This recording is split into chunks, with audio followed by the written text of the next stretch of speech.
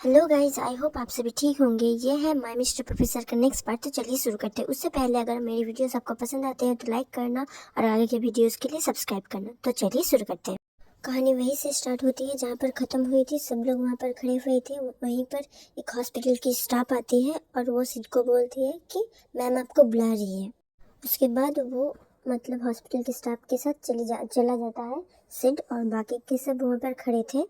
और थोड़ी देर बाद एक सिस्टर बाहर आती है उसके कमरे से जहाँ पर आयशी थी, और उसके बाद बोलती है कि आप लोगों को अगर मिलना है उनसे तो आप मिल सकते हैं अभी।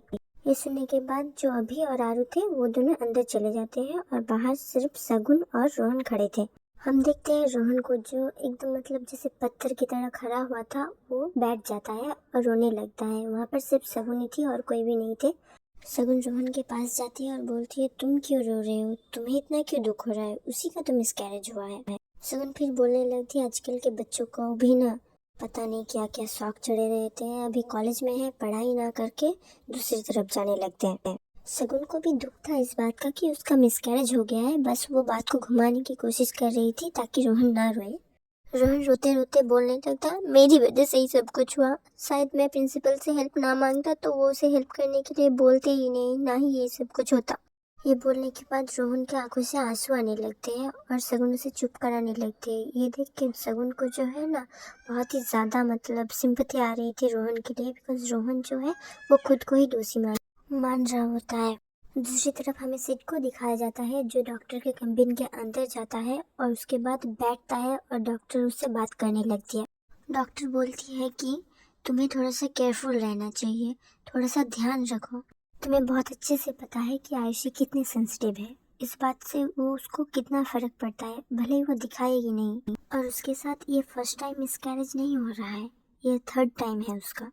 आजकल बहुत सारे ऑप्शंस हैं बर्थ कंट्रोल के लिए, कॉन्ट्रासेप्टिक्स है, प्रोटेक्शंस है, तुम वो सब यूज करो।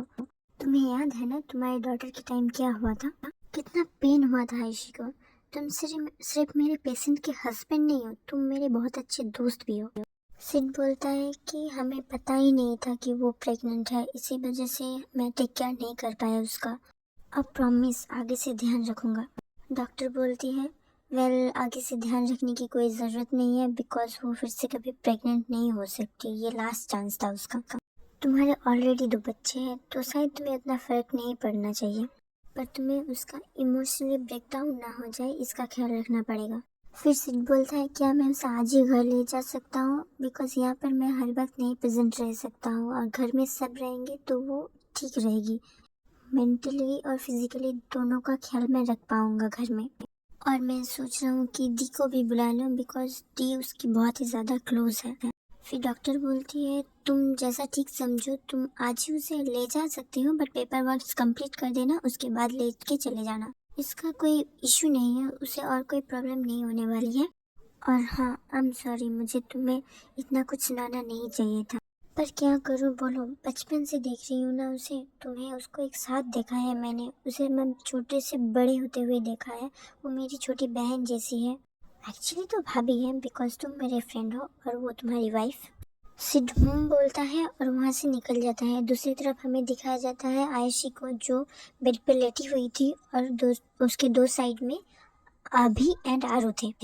आयशी बेहोश थी और अभी जाके उसके बगल वाले स्टूल में बैठता है, और जो आरू है वो एक काउच में जाके बैठती है। फिर जो अभी होता है वो आयशी के हाथ को पकड़ता है। उसके आँख मतलब बहुत ही ज़्यादा टेढ़ी थे। अभी बोलता है, ये मेरा ही फॉल्ट है, मैं ही आपको प्रोटेक्ट नहीं कर पाया। आप हमेशा मुझे प्रोटेक्ट करती थी किसी भी बाहर के लोगों से। मम्मी जब मुझे मारने आती थी तब आप मुझे प्रोटेक्ट करती थी, और आज जब आपको मेरी ज़रूरत है तब मैं आपके लिए कुछ भी नहीं कर पा रहा हूँ। सिर्फ और सिर्फ आपके कहने पर बाबा ने हम दोनों का एक्सेप्ट किया था, हमारे प्यार का एक्सेप्ट किया था, और आप ऐसे लेटी रहेंगी तो कैसे चलेगा? आपको हमारी शादी करवानी पड़ेगी, आप इतना वीक नहीं पड़ सकती। हम देखते हैं आयशी को थोड़ा थोड़ा होश आ रहा होता है और वो उसके आंखें खुल जाते हैं, और वो अभी से बोलती है कि मैं वीक नहीं पड़ी हूँ, मैं अभी तक वैसी हूँ जैसी थी। क्या कोई मुझे देख के बोल सकता है कि मैं 30 की होने वाली हूँ? आरू और अभी ये देख के खुश हो जाते हैं कि आयशी को होश आ गया है। तभी हम देखते हैं शगुन और रोहन अंदर आ रहे होते हैं रूम के।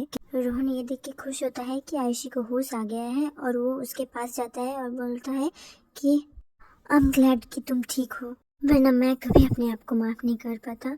मैंने ही तुम्हें जोड़ा था अपने साथ। अगर मैं प्रिंसिपल से हेल्प नहीं मांगता तो तुम इन सब के साथ जुड़ती ही नहीं, तुम्हारे साथ ऐसा होता ही नहीं। आई एम सॉरी, मेरी वजह से तुम्हारा मिसकैरेज हो गया।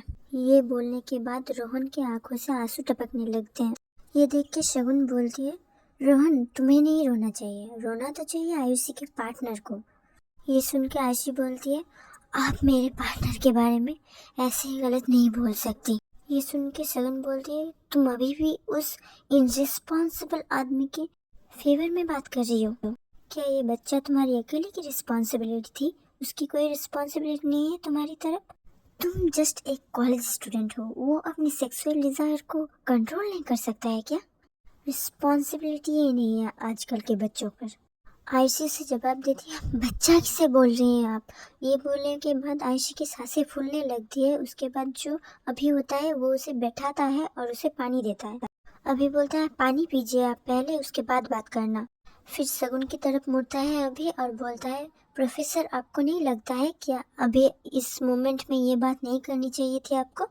इनका अभी अभी मिसकैरेज हुआ है और आप इनके पार्टनर के बारे में अभी गलत बोल रही हैं। हम देखते हैं आयुषी को जो दर्द के मारे अपनी आँख बहुत तेज से बंद करती है और अपने पेट में बहुत हल्के से सहलाने लगती है। ये देख के आरू बोलती है, क्या आपको पेट में दर्द हो रहा है? आयुषी बोलती है, ज़्यादा नहीं हो रहा है, थोड़ी थोड़ी हो रही है, मेरी दर्द धीरे धीरे कम हो रही है। फिर आयुषी शगुन को बोलती है, मैं अपने हस्बैंड के खिलाफ एक वर्ड नहीं सुन सकती और अगर आपको यही सब कहना है तो आप प्लीज़ यहाँ से चली जाइए। फिर शगुन बोलती है कि आजकल के ज़माने में किसी के लिए अच्छा सोचना भी बुरा हो गया है।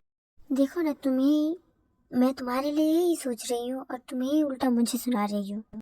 दूसरी तरफ हम देखते हैं सिड को, जो सारा पेपर वर्क कंप्लीट कर लेता है और बिल भी सबमिट कर देता है। उसके बाद वो कमरे की तरफ आ ही रहा होता है। हम देखते हैं रूम के अंदर की सीन, जहाँ पर अभी बोलता है शगुन से, प्लीज़ प्रोफेसर यहाँ पर ये सब बात ही मत कीजिए। ये अपने हस्बैंड के खिलाफ एक वर्ड भी नहीं सुन सकती, कभी भी नहीं, आज भी नहीं, पहले भी नहीं सुन सकती थी। इवन ये क्या, मैं और आरो भी नहीं सुन सकते उनके खिलाफ एक वर्ड। आप ऐसे ही हमारे फैमिली में उंगली नहीं उठा सकते। और आपको पता ही कितना है हमारे बारे में, आयुषी के बारे में, उनके हस्बैंड के बारे में। हम देखते हैं सिड को, जो अंदर आ चुका होता है रूम के। उसके बाद वो आयुषी को होश में देख के बहुत ही ज़्यादा खुश हो जाता है और स्माइल करता है बहुत ही बड़ी सी। और उसके बाद आयुषी से बोलता है, तुम उठ गई? मैंने डॉक्टर से बात कर लिया है, हम अभी घर ले जा सकते हैं तुम्हें। मैंने सारा का सारा पेपर वर्क कंप्लीट कर दिया है। ये सुन के आयुषी बोलती है, प्लीज़ अभी के अभी घर जाना है, मुझे यहाँ पर नहीं रहना, मुझे बिल्कुल भी अच्छा नहीं लग रहा है। फिर वो अभी उससे बोलती है कि तुम भी हमारे साथ घर चलो, मेरे साथ ही रहना, मुझे बहुत ही लोनली फील हो रहा है। फिर अभी बोलता है, क्या मैं मम्मा को लेके आऊँ? कुछ दिन पहले वो बोल रही थी कि वो आपको बहुत ही ज़्यादा मिस कर रही है और आपसे मिलना चाहती है, इसी बहाने वो मिल भी लेगी। ये सुन के सिड बोलता है, मैं भी यही सोच रहा था। फिर अभी बोलता है, ठीक है, फिर मैं रोहन और प्रोफेसर शगुन को उनके घर ड्रॉप कराता हूँ और उसी रास्ते में मम्मा को भी लेकर आ जाऊँगा, ओके?